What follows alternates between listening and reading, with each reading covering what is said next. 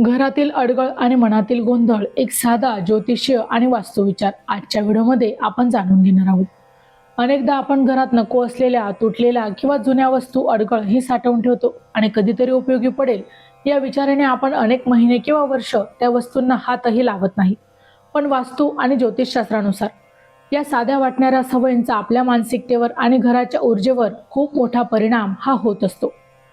जानेवारी ते डिसेंबर 2026 चे मेष ते मीन राशींचे वार्षिक राशी भविष्य, तसेच 2026 वर्षात घडणाऱ्या घटनांचे मासिक व साप्ताहिक भविष्यवाकित विषयक व्हिडिओ पाहण्यासाठी डिस्क्रिप्शन मध्ये दिलेल्या लिंकवर क्लिक करा.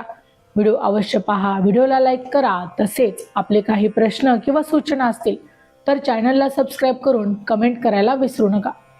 ज्योतिषशास्त्राच्या दृष्टीने जर आपण विचार केला तर घरातील अस्वच्छता, अंधार, जाळी जळमट आणि नको असलेल्या वस्तूंचा ढिगारा याचा जो संबंध आहे थेट राहू ग्रहाशी जोडला जातो.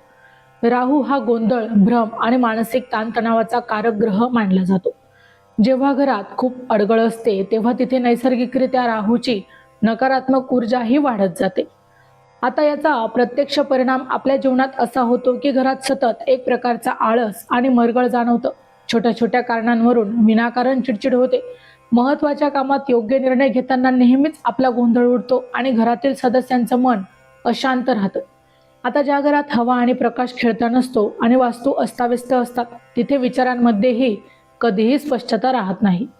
चॅनलवर येणाऱ्या प्रत्येक अपडेटसाठी आमच्या वेद भविष्याचा या व्हॉट्सअप चॅनलला फॉलो करा. चॅनलची लिंक ही डिस्क्रिप्शन मध्ये दिलेली आहे. हा एक अतिशय सोपा आणि व्यावहारिक बदल आहे. सुट्टीच्या दिवशी वेळ काढून घरातील नको असलेल्या, खराब झालेल्या किंवा बरेच वर्ष न वापरल्या जाणाऱ्या वस्तू या घराबाहेर काढा किंवा गरजू लोकांना देऊन टाका.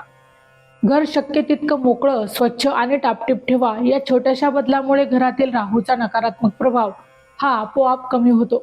मनाला विलक्षण शांतता मिळते आणि घरामध्ये एक अतिशय प्रसन्न ऊर्जा देखील निर्माण होते. माहिती आवडली असेल तर अवश्य शेअर करा. अशाच प्रकारची नवनवीन राशीविषयक माहिती ऐकण्यासाठी आमच्या चॅनलला अवश्य सबस्क्राईब करा. पुन्हा भेटू अशाच एका नवीन माहितीसह. तोपर्यंत श्री स्वामी समर्थ.